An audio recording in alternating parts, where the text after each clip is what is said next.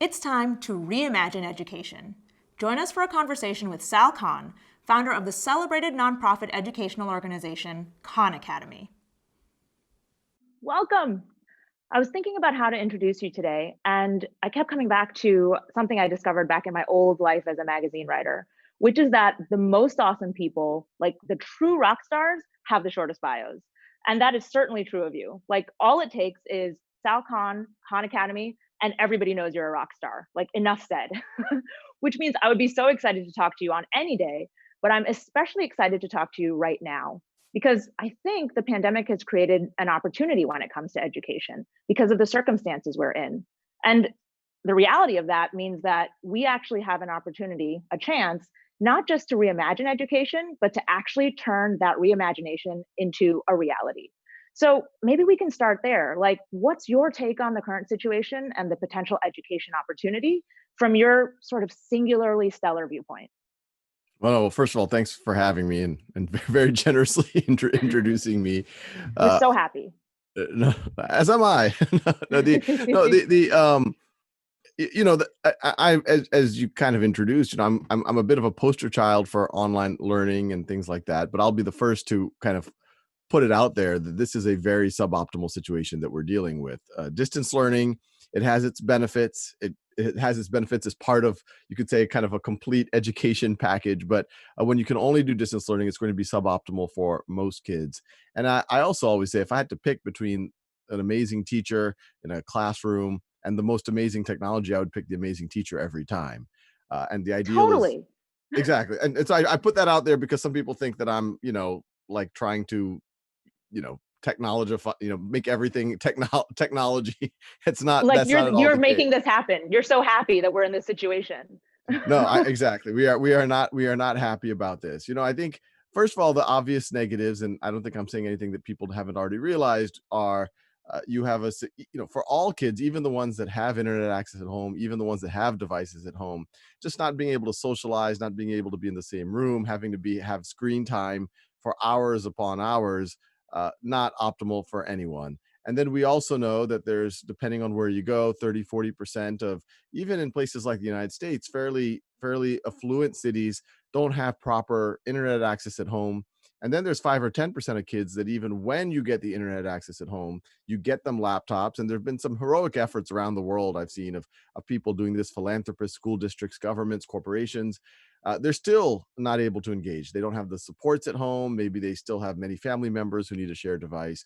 And so we are facing a situation where it's very likely that someplace between 10 and 30% of the student population is not going to be engaged or engaged in an optimal way for anywhere from 6 to 12 months, maybe longer than that. And not only are their skills going to atrophy over that time, they're not going to learn, but they might just lose the habits of learning. And so it's a really scary situation. Now, to your point, there might be some silver linings here.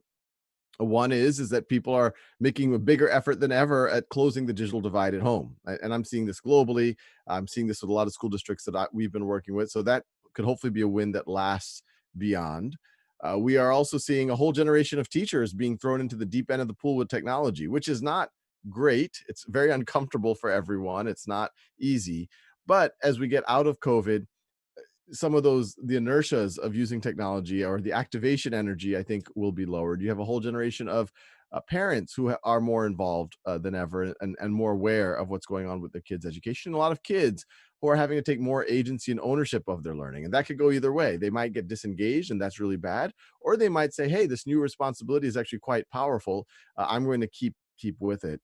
And so what we're seeing, kind of closer to what Khan Academy is doing, there's at the end of the day, we've always been saying that learning should not be bound by time or space, that learning should cater to the needs of the individual students. It should be personalized to where they are. And COVID has kind of forced that to some degree. The way that you learn COVID is you do asynchronous learning on a platform like Khan Academy, and then you get on a video conference platform to do some form of synchronous learning. And so that asynchronous learning, that's students learning at their own time and pace. And hopefully, Khan Academy, it's free, not commercial. A lot of folks are using it. It caters to where the student is, gives the teacher data on where kids are, who's motivated, who's not, who's stuck, who's not, so that when teachers go live with them, say on video conference, they can dig a little bit deeper. The other, the other silver lining here is, a lot of the conversation I'm hearing about how do you teach over video conference, people are saying, how do we make it interactive? How do we pull kids out of the screen? How do we make sure that they have time to talk to each other and help each other? These are really important conversations when you're teaching on Zoom, but they're also really important conversations when you're teaching in the real world. So it's really good that people Completely. are having them. Yeah, it's so funny that you mentioned that people might think you'd be ecstatic that we're in, the current circumstances, because I kind of feel like you've become the voice on the side of the human side of education. Your recent New York Times op-ed and just all the conversation you've had around things like have your students think out loud, call on them, cold call on them so that they know you're paying attention and you're keeping them on your toes, and be an engaged educator. I think it's wonderful to see somebody like you creating this idea that it's not either or, right? It's actually taking the best of both these options and fusing them into something that's better and actually moves the ball forward. So is that funny to you, to be the guy that's actually having to say, no, real teaching and real live time, these are important key central parts of education? On some level, we've always been saying, I think there's two views of technology in anything, especially in technology education. You have your technologists, and, my background, people would probably view me as a technologist of some form, but technologists tend to say, okay, I just made this really cool thing. Now let me go find a problem to solve with it. While the other way to go is, okay, here's some things that we want to optimize for in the world. Now, what tools do we have at our disposal to solve it? And everything, I've been working on, the team here at Khan Academy has been working on as a not-for-profit, has been more in the latter lens. Like, we're not trying to invent new technology unless we have to. Sometimes the best tool could be paper and pencil or chalk. It does not have to be some, neural net, et cetera, et cetera. So our goal, and I've always told the team here at Khan Academy, because sometimes, it's tempting to say, oh, I made this really cool thing, how do we use it? To say, look, our goals are, we need to make the education experience more human. What does that mean? That means that when human beings are together, they're actually interacting with each other. They're actually talking to each other. They're seeing each other truly, so to speak. And that when they're learning what is appropriate for their individual needs, that they're able to learn in their zone of proximal development, and actually not just be focused on themselves, but also be focused on their peers. And how do you create an entire learning community? So that's what all of our tools do. Yes, there are things where students can learn at their own time and pace, but the whole idea is that helps unburden the classroom so that when you go into the classroom, you can have more interaction. The teacher has better information, do more focused interventions, and more peer-to-peer learning, which is all about human interaction. And you're getting the richness of that experience. You're having more time to focus on that, which is incredible and makes absolute sense. But I'm interested in this sort of mission that you've had for a long time, and it's part of your 2016 TED Talk, obviously, of focusing on the mastery of material over metrics. Or test scores specifically. And we're obviously in a moment where we couldn't send kids to take SATs or to take the traditional tests that we'd usually use to mark these big moments or milestones in their education. And so do you think we might be moving closer to that mastery that you've always talked about of material, or getting that to be the main focus? And are there things you guys are doing at Khan Academy to push that forward in this time?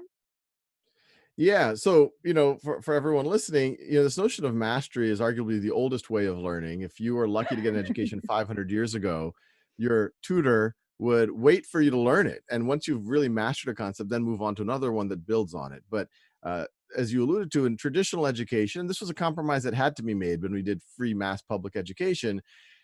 If we're in a math class together, let's say we're learning exponents, and on the test, I get a 70%, you get an 80%, even though the test identified gaps in our knowledge. In a traditional classroom, you'll get a B or a B minus, I'll get a C or C minus, and the whole class will move on to the next concept, probably something that builds on exponents. And in math, it's constantly cumulative.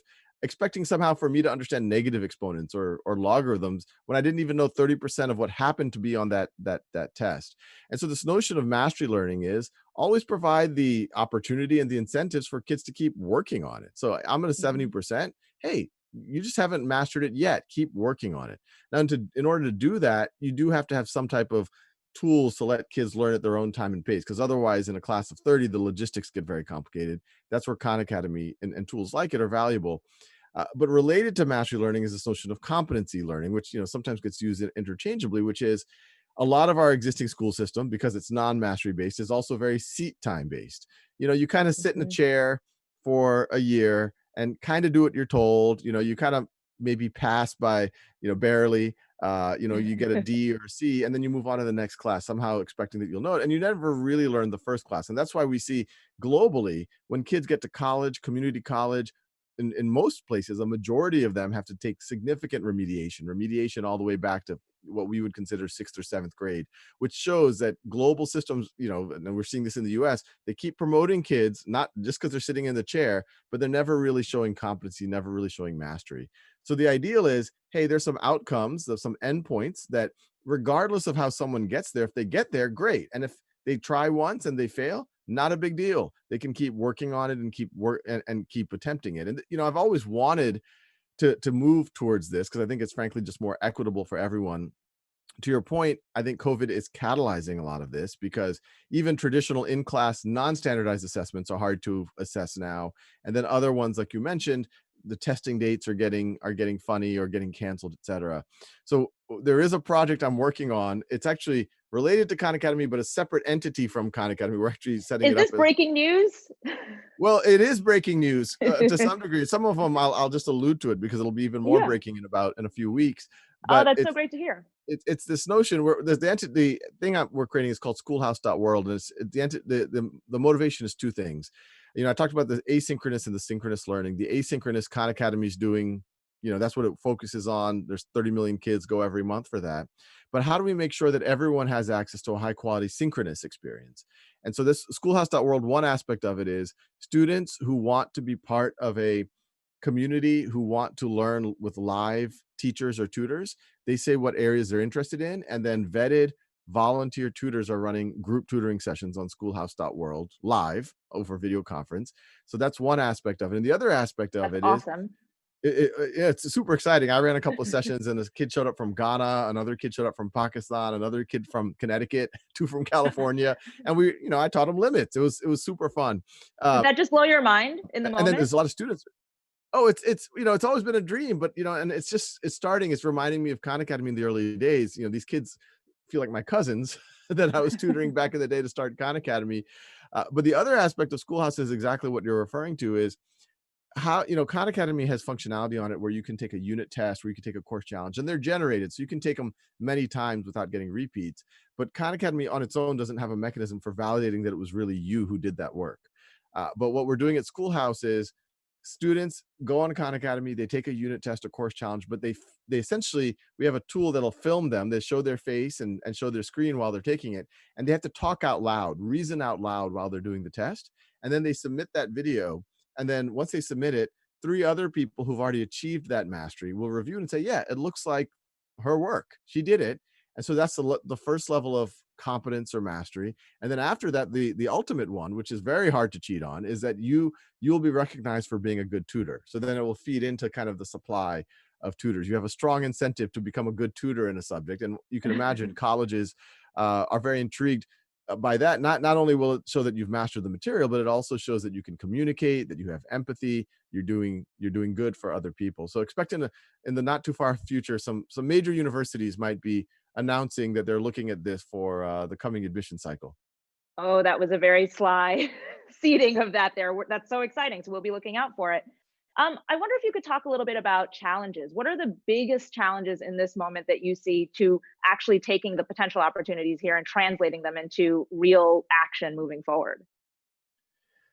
Well, I mean, the challenges at the individual level are a lot. I mean, everyone is stressed and anxious, and parents are feeling overwhelmed either because they feel like too little is happening for their kids, or now they're feeling overwhelmed that too much is happening and they have to submit all the assignments and all of that. I mean, I think so. I think generally there's just people feeling overwhelmed. Even in our team, you could imagine between some team members having young kids, including myself. I'm Mhm. lucky I have a lot of support at home. My mother-in-law lives with us, and et cetera. But that, I think, for all organizations has been a difficult thing. I think when I think at a meta level of what needs to happen versus what is happening or what should happen, um, I actually think it's just, I think some people are getting paralyzed by the enormity of the problems that we're having. Ooh, What true. do you do if a large chunk of kids are not engaged in school for a year? if they kind of disengage even from the community of school, we've been struggling. We as a system have been struggling. A global system have been struggling even before the pandemic. I've written some memos, fundraising to philanthropists. I'm serious about it. It was obviously in a document where I'm trying to raise money for this issue, where I say, look, this is a slow motion catastrophe. This was before the pandemic, where I would put evidence like, look at the number of kids that show up graduating from high school and really don't even know 6th or 7th grade math. These kids really, it's a lie that they've been told that they've been equipped with the skills that they need. And it's And that's a disproportionate. mindset shift, right? I just want to underscore that, because you said earlier you got a 70, and the way you framed it was, but you didn't know 30% of the stuff. And that's actually not how we talk about this to ourselves. Not even to kids. We're often talking about, you did fine enough to move on, so you're good, rather than saying like, wow, there's 30% of things that you still need to learn and we can teach it to you. Do you know what I mean? Exactly. We actually do, in my mind, the worst of both worlds. There's a fixed mindset and a growth mindset. Fixed mindset is we like to label people and then kind of move on, while growth mindset is like, no, keep working on it. And that's how you're going to discover your potential. And there's all sorts of evidence that growth mindset's correlated with success in pretty much any field. What we do with the 70% is we say, okay, now move on. But we also kind of label you as C or a D student. So we all, we've all felt it ourselves, or we've seen someone we care about come home with a C on their report card, and like, yeah, I'm not good at math, I'm a C student, because the system's telling you that. It's telling you, I put that in your permanent record, you will forever be a C student. They're not saying, yeah, you're at a C now, just keep working on it. We completely believe that you're capable of mastering it. And it's kind of silly that you wouldn't expect someone to master a 7th grade concept, but then you do expect them to learn an 8th or 9th or 10th grade concept. And so it's not surprising that when they're 18 or 19 years old, they're having to remediate 6th grade again. Yeah, I'm going to fall out of my chair. I'm so like cheering for everything that you're saying. It's a little bit like being at church. And actually, speaking of, I wonder if we could switch the lens a tiny bit to the activism side of things, because I have to tell you, I have literally interviewed everybody from Jay-Z to Bill Gates, and I have never gotten the reaction from any of my siblings that I got from my littlest brother when I told him I was talking to you. And granted, he's not that little anymore. He's a 4th-year med student and just turned 30. But I was so taken aback by how beside himself he was. And I just thought, like, wow, for all of these activists and people in our community who are trying to raise awareness or invite people into all sorts of different really compelling causes, I wonder if you could talk a little bit about how and why you and Khan Academy and what you guys do, but you in particular, inspire such loyalty and sort of like rabid fandom to action, not just fandom look, to like be fans. That's a new and very flattering data point you just gave. I think I'm happy to provide. People are more excited to meet me, or at least some subset of people, than Jay-Z or Bill Gates. Well, I guess a credit to your brother. I think the small subset of humanity who falls into his category tends to be pretty into learning. So it's not surprising. It's not surprising that he's doing fine. Yeah, I don't know. If I were to guess, if what you say is true, if I were to guess, he would happily corroborate. I think it's been a blessing that, Khan Academy started off as a very homebrew family project. A lot of folks know, me tutoring cousins, and in the closet, I heard in this closet, actually, where I am right now. Oh my gosh, is this the actual closet? This is the I mean, people imagine like I'm, like doing this in boxes or something. No, it's a nice closet. Yeah, there's actually it's a very nice closet. It's very nice. As far as closets go, I consider that also breaking news, I have to tell you. It's a nice. I mean, I can touch the sides right now, but it's nice, and definitely this way. But no, I think it's one thing we try to retain as Khan Academy grows, and it's a larger organization now, and we obviously reach a lot of folks, is we can't lose the authenticity, can't lose the humanity, we can't lose the connection with the knowledge or the people using it. So I still make a lot of content. Your brother might have used Khan Academy when he was in college in his 20s, or even in late high school. That's kind of when I was getting started. He's roughly the age of Nadia, who's the first cousin that I was tutoring. So he kind of might have grown up on Khan Academy to some degree. But yeah, I think it's that, if he's watched enough or experienced enough, I can sometimes run a little bit of eccentric, and I'm not ashamed of that. And so, yeah, I think that type of thing helps build a connection, but it's really all in the spirit of getting folks hopefully excited about the learning. Yeah, and being passionate about that baseline mission piece of it, because I think people react to that and respond to it. So for kids like my brother Omar, and all of these young people who kind of grow up on you and are passionate about your work, but maybe have moved on, to doing other things. I know there are tons of people who want to support your work.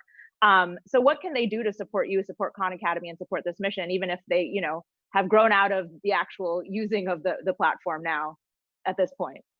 Yeah, well, they should consider themselves alums and donate very generously to No, their alma mater. absolutely. Say it. I'm not joking. I It's- know. Give we're them the not for web profit. address. Yeah, we're khanacademy.org/donate, and I say that I've over time built the muscle of asking for money because we are set up as a not-for-profit. Everything I talk about is free and not commercial, and our budget is real money now. Just on servers we have to spend about $10 million a year because so many people are using it. But I remind folks, our total budget of all of Khan Academy is the budget of a large high school, but we reach over 100 million folks every year. And so the social return on investment, Insane.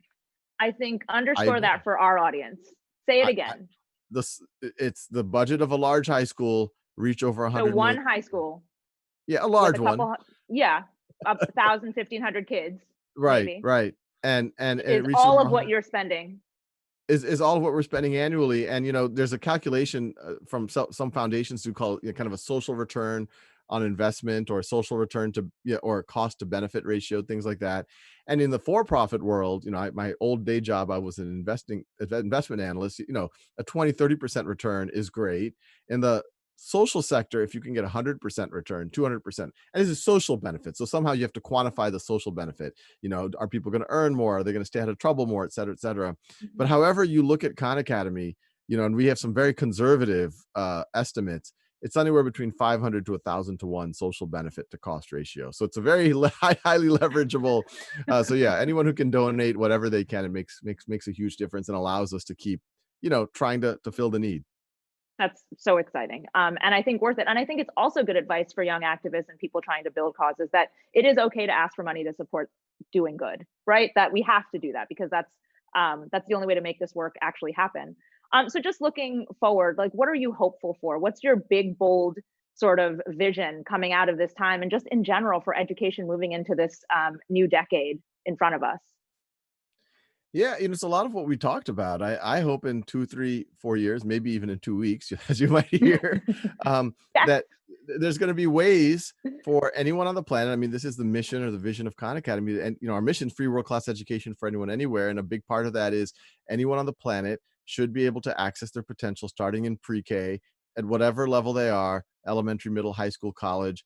Not only learn at their own time and pace, but then prove what they know so that it can be a bridge to higher education, a bridge to college, and it's free. And hopefully, right now we're reaching about 30 million folks come a month.